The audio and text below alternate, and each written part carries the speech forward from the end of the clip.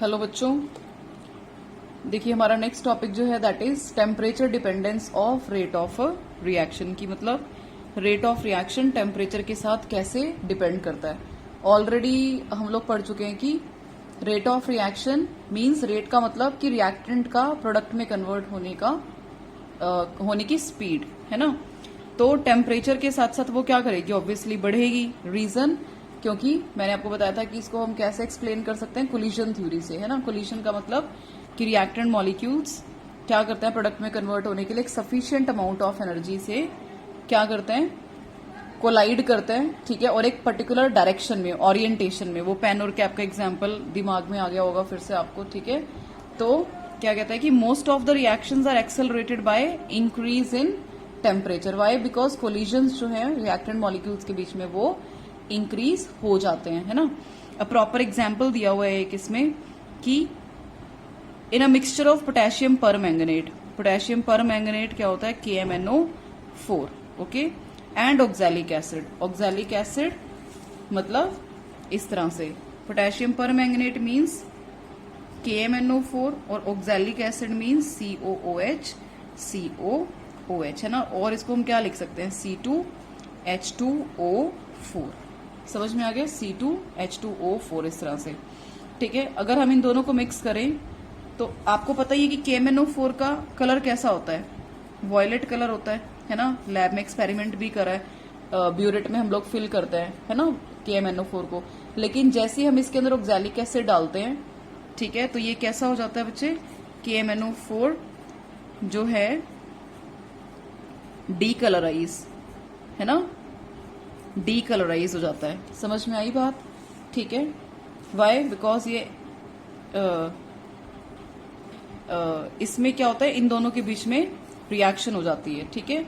और KMnO4 जब oxalic acid से रिएक्ट करता है तो इसका जो कलर है वॉयलेट, वो कैसा हो जाता है, डीकलराइज हो जाता है, मतलब कलरलेस हो जाता है।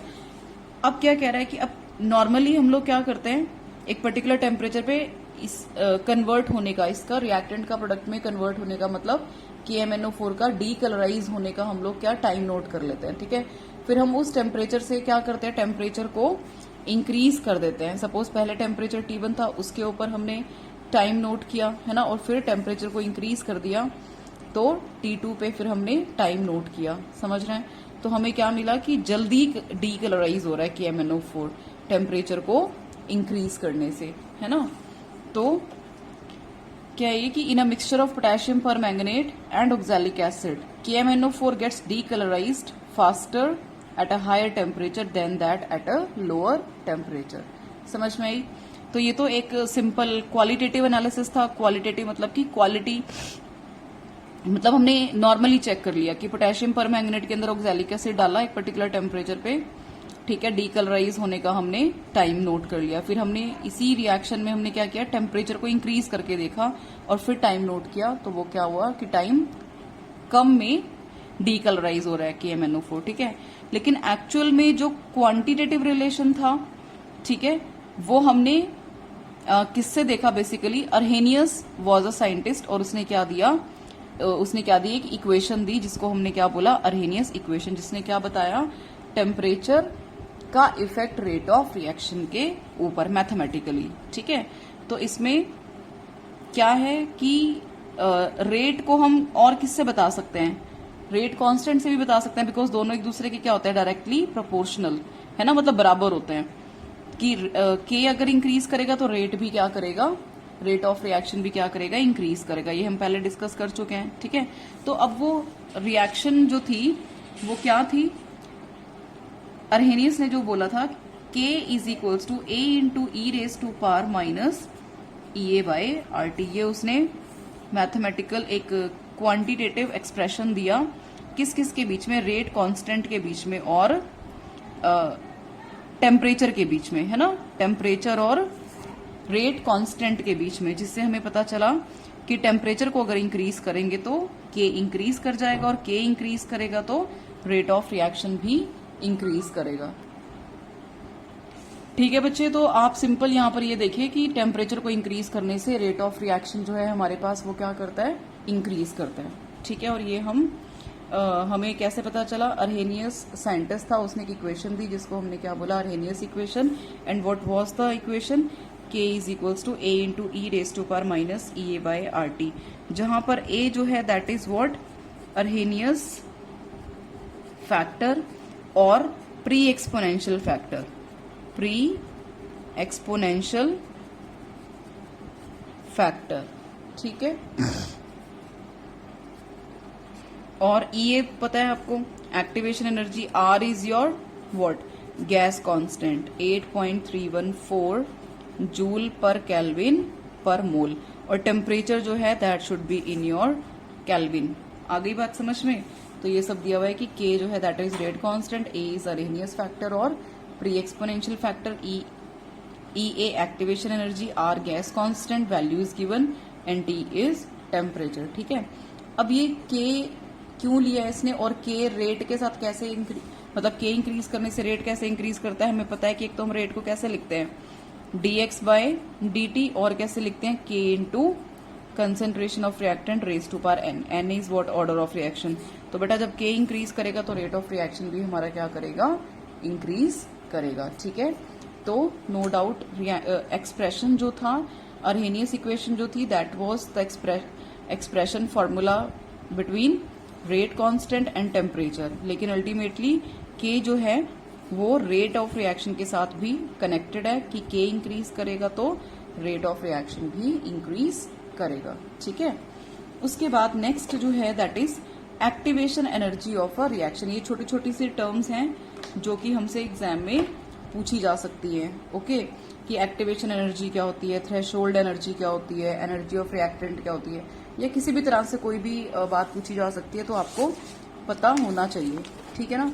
तो अब देखिए, मैंने आपको पहले भी बताया था एक ग्राफ की हेल्प से कि सपोज हमारे पास कोई ग्राफ है इस तरह से, ठीक है, जो किस किस के बीच में है?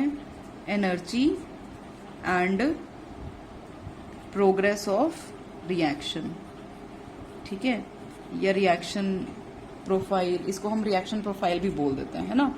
तो सपोज अगर मैं किसके केस में? एक्सोथर्मिक रिएक्शन के केस में बात करूं कि ग्राफ, बिकॉज ग्राफ तो हम दोनों केसेस में बना सकते हैं ना, एक्सोथर्मिक भी और एंडोथर्मिक भी। एक्सोथर्मिक मतलब हीट जो है वो क्या हो रही है? रिलीज हो रही है ना।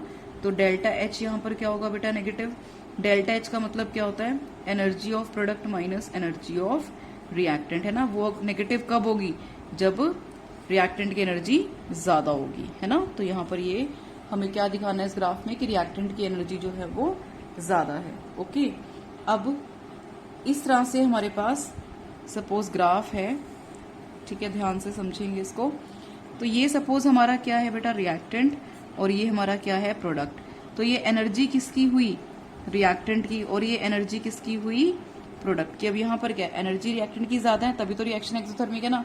तो यहाँ ग्राफ से भी पता चल रहा है कि अगर हम यहाँ 0 से शुरू करें, दिस टू दिस, ये एनर्जी किसकी है? रिएक्टेंट की। और यहां से लेकर अगर हम यहां तक बात करें तो ये एनर्जी किसकी है? प्रोडक्ट की। तो ऑब्वियसली ज्यादा रिएक्टेंट की है, और यहाँ पर नेगेटिव साइन आपको दिख रहा है, तो यानी कि ओवरऑल जो डेल्टा एच आएगा, enthalpy change of the reaction, that will be negative, means heat is releasing, means reaction is exothermic in nature, ठीक है बच्चे। और दोनों की एनर्जी में डिफरेंस जो है that is equals to delta H. तो ये एनर्जी ऑफ क्या है? रिएक्टेंट, और ये एनर्जी ऑफ प्रोडक्ट। तो इन दोनों के बीच का जो ये गैप है, एनर्जी गैप, इसको हम क्या बोलते हैं? Delta H, means enthalpy of reaction, okay. और अब अगर रिएक्टेंट को कन्वर्ट होना है प्रोडक्ट में, तो यहां से लेकर मतलब इतनी एनर्जी इसको चाहिए, ओके, समझ में आई बात? यहां से लेकर यहां तक एनर्जी चाहिए रिएक्टेंट को अगर प्रोडक्ट में कन्वर्ट होना है इसे। और इस टोटल एनर्जी को हम क्या बोलते हैं? Threshold energy. क्या बोलते हैं? Threshold energy, which is minimum amount of energy required to change the reactants into products, okay. And the difference of energy between energy of reactant and energy of product is known as enthalpy of the reaction, okay. Now in this case जो energy reactant की है वो ज्यादा है, और ज्यादा का मतलब यहाँ नेगेटिव है। तो ये जो ग्राफ है हम ड्रॉ कर रहे हैं, that is in case of exothermic reactions. समझ में आ गई बात? अब यहां से लेकर यहां तक अगर मैं बात करूं इस पूरी एनर्जी में से, देखो यहां से ये 0 से लेकर यहां तक अगर मैं बात करूं इस एनर्जी की, ठीक है, तो ये तो किसकी एनर्जी हुई, यहां से लेकर यहां तक, ये यहां से लेकर यहां तक रिएक्टेंट की, मतलब ये जो एनर्जी है that is energy of reactant. समझ में आई बात।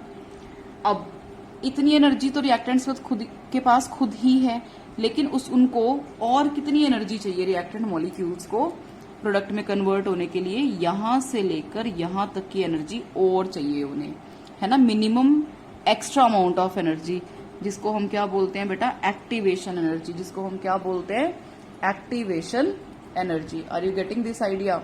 अब मैं तुम्हें छोटा सा एग्जांपल देती हूँ कि जैसे सपोज हम लोग 10th क्लास से या हम 11th क्लास से हम लोग 12th क्लास में आए हैं, 11th क्लास से हम लोग 12th क्लास में आए, ठीक है। अब कोई एग्जाम हमने देना है, उसमें हमें मिनिमम कितने मार्क्स चाहिए, 40 मार्क्स चाहिए। मिनिमम कितने मार्क्स चाहिए हमें, 40 मार्क्स चाहिए। तो ये वो 40 मार्क्स हैं, ये जो यहां से लेकर यहां तक तुम्हें नजर आ रहे हैं थ्रेशोल्ड एनर्जी, ये तुम्हारे कितने मार्क्स हैं, 40 मार्क्स हैं, ठीक है। 11 से हम लोग कहां पर आए हैं, 12th में। 40 मार्क्स चाहिए। कोई एग्जाम हुआ है, अभी आपने क्लास अटेंड नहीं करी, आप स्कूल लेट गए हो, व्हाटएवर, ठीक है।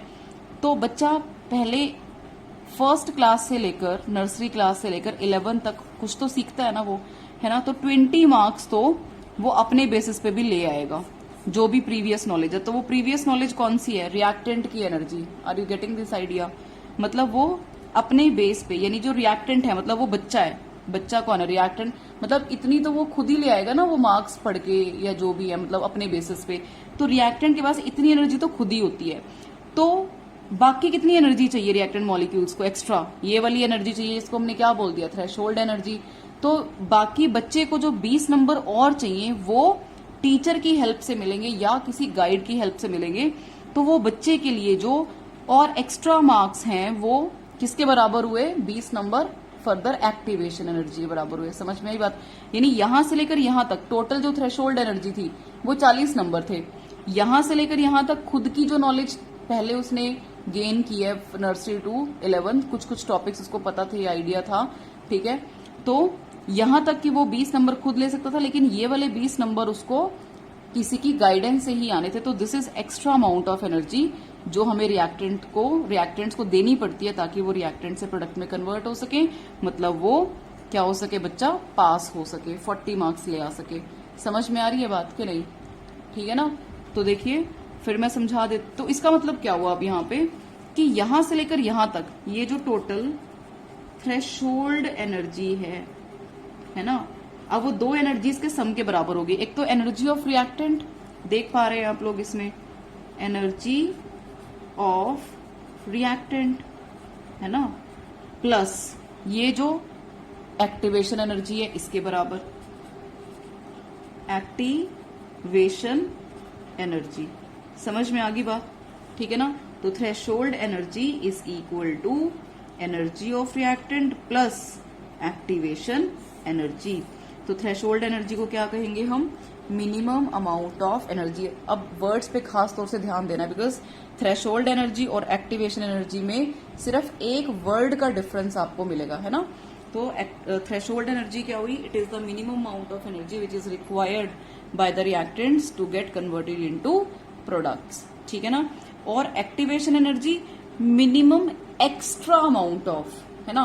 तो क्योंकि रिएक्टेंट के पास इतनी तो खुद के पास है, तो इतनी मिनिमम तो है ही, वो इतनी तो मिनिमम तो है ही, तो मिनिमम लेकिन एक्स्ट्रा जो रिएक्टेंट्स के पास नहीं है। तो देखो थ्रेशोल्ड एनर्जी और एक्टिवेशन एनर्जी में सिर्फ एक वर्ड का फर्क है, एक्स्ट्रा। तो एक्टिवेशन एनर्जी में आपने और क्या वर्ड ऐड करना है, minimum extra amount of energy which is required by the reactants to be converted into products. समझ में आ गई होगी बात ये, है ना।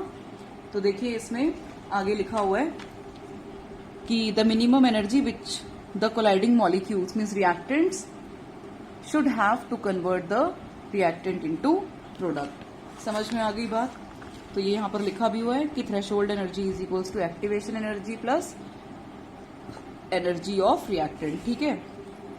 अभी ऐसे सिंपल सा एग्जांपल दिया हुआ है कि सपोज हमारे पास दो मॉलिक्यूल्स हैं HI के, एक ये है HI और एक ये है, ठीक है। तो अब एक बीच में क्या आती है, इंटरमीडिएट स्टेज आती है, इंटरमीडिएट बनता है, इंटरमीडिएट इंटरमीडिएट बनता है, जिसको हम ट्रांजिशन स्टेट भी बोल सकते हैं अगर रिएक्शन एक स्टेप में हो रही है ना। अदरवाइज एक से ज्यादा स्टेप्स में हो रही है तो बीच की स्टेजेस को हम क्या बोलेंगे, इंटरमीडिएट। इसके और इसके बीच में एक स्टेज आती है, इसके और इसके बीच में एक स्टेज आती है ना। अब चलो उसको छोड़ो, अभी यहाँ पे इंटरमीडिएट और ट्रांजिशन स्टेट डिस्कस नहीं कर रहे हैं। देखो अब यहाँ पर ये क्या था, एच आई के बीच में ये पुराना बॉन्ड था, ये वीक होना शुरू हो गया। इस एच आई के बीच में ये बॉन्ड था, ये वीक होना शुरू हो गया और नए बॉन्ड बनने शुरू हो गए, जो ये ग्रीन ग्रीन पेन से दिखा रखा है ना। तो ये क्या होता है, इंटरमीडिएट या ट्रांजिशन स्टेज में पुराने बॉन्ड वीक होने शुरू हो जाते हैं और नए बॉन्ड बनने शुरू हो जाते हैं। ठीक है, फिर ऐसा होता है कि पुराने बॉन्ड बिल्कुल टूट जाते हैं और नए बॉन्ड बिल्कुल बन जाते हैं। तो अब ये क्या बन गया, H2 और I2। समझ में आई बात ये? ठीक है, अब अगर मैं यही तुम्हें थोड़ा सा बता दूं कैटालिस्ट का क्या इफेक्ट रहता है ना। बाकी सब चीजें सेम रहती हैं, सिर्फ और सिर्फ एक चीज का फर्क आता है। ये देखो, अब तुम इसमें देख पा रहे हो कि हर चीज सेम है। ठीक है, मतलब ऑब्वियसली थ्रेशोल्ड एनर्जी तो कम होगी, बस दो चीजों का फर्क है, ये लगा लो, थ्रेशोल्ड एनर्जी और एक्टिवेशन एनर्जी। तो अब ये जो नई यहां से लेकर यहां तक, पहले तो यहां से लेकर यहां तक थी एक्टिवेशन एनर्जी, अब कैटालिस्ट का काम क्या होता है, वो एक्टिवेशन एनर्जी को कम कर देता है, सिंपल। ठीक है, अब जैसे बच्चा, हम सोच रहे हैं कि अभी नया नया क्लास में आया है, पहला ही उसने पीरियोडिक टेस्ट देना है, चलो 40 की बजाय हम लोग क्या रख लें, 30 नंबर का पीरियोडिक टेस्ट रख ले। तो देखो 20 नंबर तो जो उसके पास खुद की नॉलेज से आने थे वो तो आएंगी, लेकिन अब सिर्फ क्या 10 मार्क्स रह गए फर्दर पास होने के लिए। तो यानी कि कमी किस में आई, कमी आई एक्टिवेशन एनर्जी में। तो ये नई EA- हम इसको बोल देंगे, नई एक्टिवेशन एनर्जी को। समझ में आई? तो कैटालिस्ट रेट ऑफ, अब देखो यहां से यहां तक पहुंचने में क्या लगेगा, ऑब्वियसली कम टाइम लगेगा। एक बंदे को इतनी बड़ी पहाड़ी, इतनी ऊंची पहाड़ी क्रॉस करके जानी थी, अब उसको छोटी सी पहाड़ी क्रॉस करके जानी है, तो ऑब्वियसली वो जल्दी पहुंच जाएगा अपनी डेस्टिनी पे, है ना। तो इस तरह से हम इसको याद रखेंगे कि कैटालिस्ट का क्या इफेक्ट होता है, वो रेट ऑफ रिएक्शन को फास्ट कर देता है। कैसे फास्ट कर देता है, वो सिंपल एक्टिवेशन एनर्जी को ही क्या कर देता है, कम कर देता है। तो देखो बेटा, ER रिएक्टेंट की एनर्जी सेम रही, ठीक है, प्रोडक्ट की एनर्जी सेम रही, डेल्टा H सेम रहा, सब सेम रहा, सिर्फ उसने क्या कर दिया, एक्टिवेशन एनर्जी यानी कि threshold energy, ultimately activation energy को क्या कर दिया, कम कर दिया। समझ में आई बात ये? ठीक है, अब देखो इसको हम रिएक्शन प्रोफाइल बोलते हैं। इसमें ये दिखा भी रखा है, ये सब लिखा हुआ है मैंने इधर। तो कहता है in order that the reactants may change into products they have to cross an energy barrier called threshold energy. तो यहां से यहां तक का एनर्जी बैरियर उन्हें क्रॉस करना पड़ता है अगर रिएक्टेंट्स को प्रोडक्ट्स में कन्वर्ट होना है। Above figure represents the reaction profile that is progress of reaction. ये जो है वो रिएक्शन प्रोफाइल बताता है। रिएक्शन प्रोफाइल मीन्स कैसे कोई रिएक्शन हो रही है, that is progress of reaction accompanied by change of energy. Obviously इसमें हम क्या देख रहे हैं, एनर्जी चेंजेस ही तो देख रहे हैं ना। ठीक है, it is believed that when the reactant molecules absorb energy their bonds are loosened. बता दिया कि जब रिएक्टेंट मॉलिक्यूल्स कोलाइड करने का पर्पस क्या है, कि एनर्जी को एब्जॉर्ब कर सके, है ना। एनर्जी को एब्जॉर्ब कर सके मतलब उनके जो पुराने बॉन्ड है वो लूज हो सके और नए बॉन्ड बन सके। ठीक है, ठीक है बेटा, आ रहा है ना ये समझ में? तो कहता है कि it is believe that when the reactant molecules absorb energy their bonds are weak loosen and new bonds are formed between them. The intermediate thus formed is called activated complex or transition state. ठीक है, it is unstable. अब जो ये तुम्हें मैंने दिखाया था, ये ट्रांजिशन स्टेट या इंटरमीडिएट या एक्टिवेटेड कॉम्प्लेक्स जो होता है ये अनस्टेबल होता है। ठीक है, और इमीडिएटली डिसोसिएट हो जाता है किसमें, प्रोडक्ट्स में। क्लियर है ये? ठीक है जी, चलो अब एक क्वेश्चन डिस्कस करेंगे जो 2017 में पूछा हुआ है। ठीक है बच्चे, जस्ट वेट।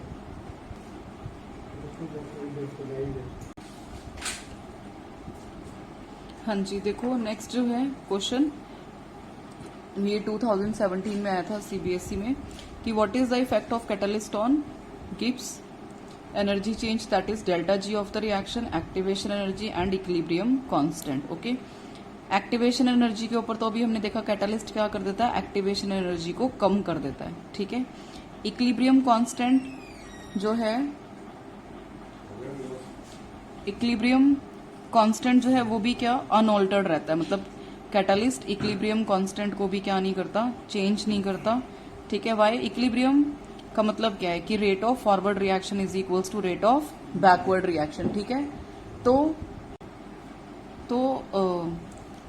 कैटलिस्ट जितना रेट ऑफ फॉरवर्ड रिएक्शन को इंक्रीज करेगा उतना ही रेट ऑफ बैकवर्ड रिएक्शन को भी इंक्रीज कर देगा, मींस इक्विलिब्रियम पे कोई भी फर्क नहीं पड़ेगा कैटलिस्ट का। समझ में आ रही है ना, इक्विलिब्रियम का मतलब क्या होता है कि रिएक्टेंट्स की कंसंट्रेशन और प्रोडक्ट्स की कंसंट्रेशन कांस्टेंट हो जाती है, बराबर नहीं बोल रही हूँ, कांस्टेंट बोल रही हूँ, ठीक है। इक्विलिब्रियम पे रिएक्टेंट्स एंड प्रोडक्ट्स की कंसंट्रेशन कांस्टेंट हो जाती है और rate of forward reaction becomes equal to rate of backward reaction, ठीक है। तो कैटलिस्ट क्या करता है, जितना रेट ऑफ फॉरवर्ड रिएक्शन को इंक्रीज कर रहा था उतना ही रेट ऑफ बैकवर्ड रिएक्शन को भी इंक्रीज कर देगा, मींस इक्विलिब्रियम को जस्ट जल्दी अचीव करने में हेल्प करेगा, लेकिन इक्विलिब्रियम पे रिएक्टेंट्स एंड प्रोडक्ट्स की कंसंट्रेशन वही रहेगी जो पहले थी, ठीक है ना।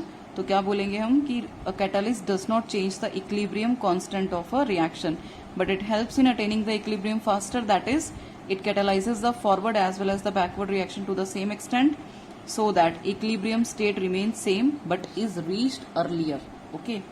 now first देखिए Gibbs free energy, Gibbs free energy भी चेंज नहीं होती, why, because Gibbs free energy जो है that is having the formula delta G is equals to delta H minus T delta S. तो डेल्टा जी किसके ऊपर, temperature तो constant है यहाँ पे, डेल्टा जी किसके ऊपर डिपेंड करता है, डेल्टा एच और टी डेल्टा एस।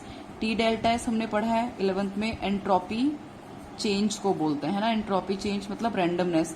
तो बेटा रिएक्टेंट जब प्रोडक्ट में कन्वर्ट हो रहे हैं, ठीक है, चाहे कैटलिस्ट है चाहे नहीं है, तो रैंडमनेस तो चेंज नहीं हो रही है। और डेल्टा एच भी आप देख सकते हैं, कैटलिस्ट डालने पे डेल्टा एच में भी कोई भी फर्क नहीं पड़ रहा है ना। सिर्फ क्या किस में फर्क पड़ रहा है, थ्रेशोल्ड एनर्जी में और एक्टिवेशन एनर्जी में delta H remains unchanged, that's why after adding catalyst there is also not any change in delta G, that is Gibbs free energy change, okay। so this question was asked in 2017। now next and very very important 5 marks का numerical आता है इस topic से सीधा अर्हेनियस equation से, ठीक है। अब अर्हेनियस इक्वेशन तो आपने देखी क्या थी, K is equals to, Arrhenius equation was, ये बहुत इंपॉर्टेंट, इसको ध्यान से समझिए, K is equals to A into E raise to power minus EA by RT, ठीक है। तो जब हम टेम्परेचर चेंज करेंगे तो रेट कांस्टेंट भी चेंज हो जाएगा, तो ये दो डिफरेंट टेम्परेचर पे रेट कांस्टेंट्स को कैलकुलेट करने के लिए हमने ड्राइव करना है, ठीक है।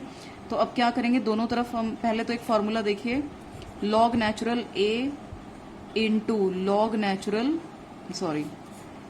नेचुरल A इंटू B का फॉर्मूला क्या होता है, log natural A plus log natural B, ठीक है। ये फॉर्मूला पहले भी बताया मैंने तुम्हें, log natural A into B का log natural A plus log natural B, इसको ध्यान रखिए बिकॉज ये फॉर्मूला यहाँ पर हम यूज करेंगे।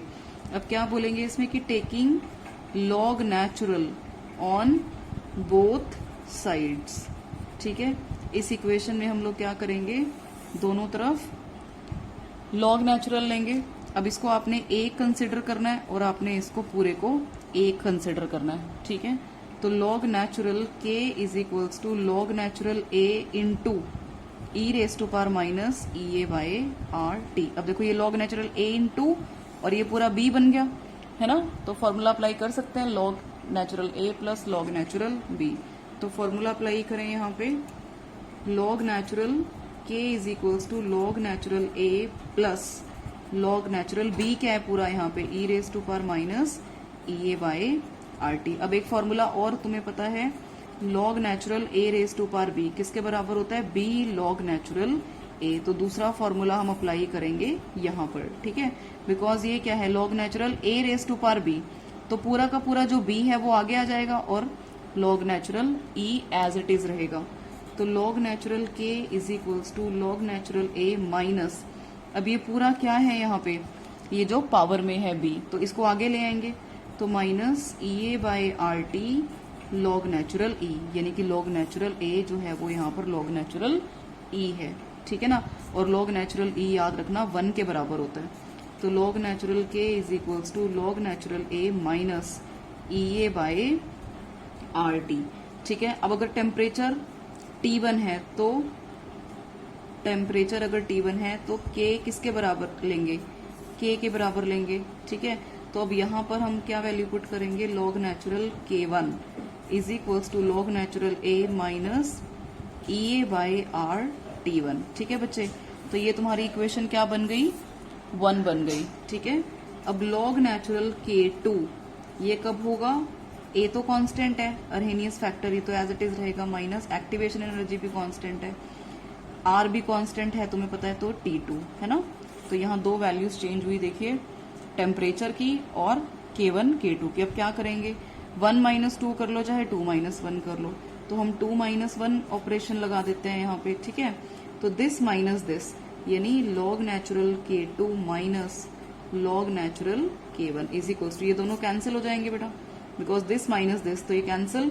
अब दिस माइनस दिस यानी कि minus EA by R T2 minus of this, मतलब दिस माइनस दिस, तो minus EA by R T1 है ना। तो लॉग, अब ये क्या है, log natural A minus log natural B। अच्छा एक और फॉर्मूला यहाँ पे आ गया, log natural A minus log natural B का फॉर्मूला क्या होता है, log natural A by B, ठीक है ना। तो हम यहाँ यूज करेंगे, इसको क्या लिख सकते हैं, log natural K2 by K1। अब ये माइनस माइनस प्लस हो गया, तो इसको इसलिए हम पहले लिख देंगे EA by R T1 minus ये पीछे लिख देंगे EA बाय आर T2, ठीक है। तो log natural K2 by K1 is equals to, इन दोनों में से एक्टिवेशन एनर्जी और R को कांस्टेंट निकाल लेंगे बाहर, और बाकी क्या बचा, ये 1 bye T1 minus 1 bye T2, ठीक है।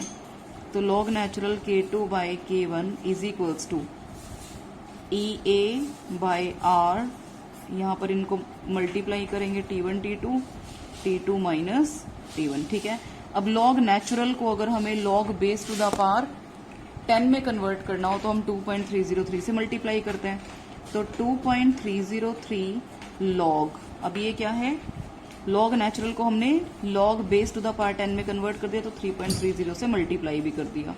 K2 by K1 is equals to EA by R T2 minus T1 by T1 T2।